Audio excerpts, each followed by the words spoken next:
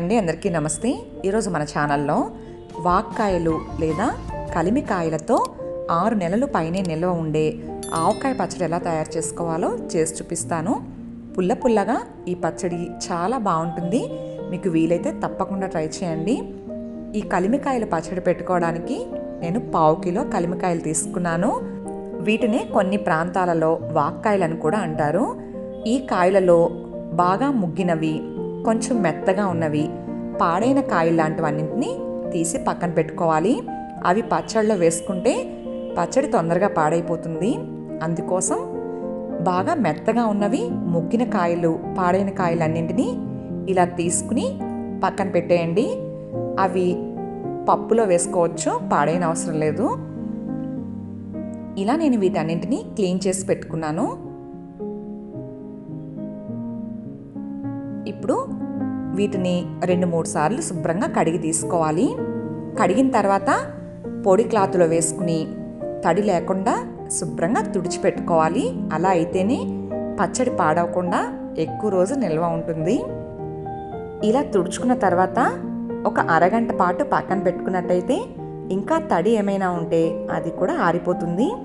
తడి ఉన్నప్పుడు పచ్చడి పెట్టుకుంటే పచ్చడి తొందరగా పాడైపోతుందండి. తడి లేకుండా కాయల్ని బాగా ఆరిన తర్వాత మాత్రమే కట్ చేసుకోవాలి. ఫ్రెండ్స్, నేను వీడియోలో చూపించిన విధంగా ఒక్కొక్క వాక్కాయని ఇలా మధ్యలోకి కట్ చేసుకుని ఇందులో ఉండే గింజలన్నీ తీసుకోవాలి. ఇది కట్ చేయడానికి కొంచెం టైం తీసుకుంటుంది, కానీ పచ్చడి మాత్రం చాలా బాగుంటుంది. ఈ విధంగా ఇందులో ఉండే గింజల్ని తీసిన తర్వాత మళ్ళీ మధ్యలోకి కట్ చేసుకోవాలి. ఈ విధంగా వాక్కాయని 4 భాగాలుగా కట్ చేసి ఒక బౌల్లోకి తీసుకోండి. నేను వీటన్నింటినీ ముందుగానే కట్ చేసి పెట్టుకున్నాను. ఫ్రెండ్స్, చూశారు కదా, వాక్కాయలన్నీ కట్ చేసిన తర్వాత ఈ విధంగా ఇందులో ఉండే గింజలన్నీ తీసేయాలి, గుర్తుపెట్టుకోండి. ఈ వాక్కాయ ముక్కల్ని ఏదైనా ఒక మెజరింగ్ కప్తో కొలుచుకోవాలి. నేను తీసుకున్న ఈ వాక్కాయ ముక్కలు ఈ కప్తో 1 కప్ అయ్యాయి. ఇప్పుడు నేను ఈ 1 కప్పు వాక్కాయ ముక్కలకి కొలత చెప్తున్నాను. మీరు ఇంకా ఎక్కువ తీసుకుంటే దానికి తగ్గట్టు మిగిలిన ఇంగ్రీడియంట్స్ యాడ్ చేసుకోండి. కట్ చేసుకున్న వాక్కాయ ముక్కలన్నింటినీ ఒక మిక్సింగ్ బౌల్లో వేసుకుని మిగిలిన ఇంగ్రీడియంట్స్ అన్నీ వేసుకుందాం. నేను తీసుకున్న 1 కప్పు వాక్కాయ ముక్కలకి ఇలా 1 టేబుల్ స్పూన్ కొలత పెట్టుకుని ఇంగ్రీడియంట్స్ యాడ్ చేస్తున్నాను. పచ్చికారం ఈ టేబుల్ స్పూన్తో 3 టేబుల్ స్పూన్లు వేసుకోవాలి. కారం స్పూన్ పై వరకు వేస్తున్నాను, చూడండి. చూసారు కదా, ఇలా 3 టేబుల్ స్పూన్ల కారం వేసుకుంటే అదే స్పూన్తో 1.5 టేబుల్ స్పూన్ ఆవుపిండి వేసుకోవాలి.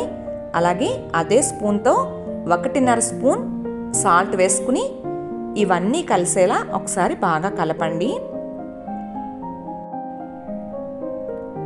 ఇప్పుడు తగినంత ఆయిల్ వేసుకోవాలి. నువ్వుల నూనె కానీ పల్లీల నూనె కానీ వేయండి. నేనైతే పల్లీల నూనె వేసుకుంటున్నాను. ఆయిల్ వేసిన తర్వాత ఒకసారి కలుపుకుని సరిపోకపోతే మళ్ళీ వేసి కలుపుకోవాలి. ఆయిల్ ఫుల్గా ఉంటేనే పచ్చడి ఎక్కువ రోజులు ఉంటుందండి. ఇలా కలుపుకున్న తర్వాత నేను మళ్ళీ ఇంకాస్త ఆయిల్ అయితే వేసుకుంటున్నాను. దీనికి కొలత అంటూ ఏమీ ఉండదు. ఈ విధంగా చూసుకుని సరిపడినంత వేసి కలుపుకోవడమే.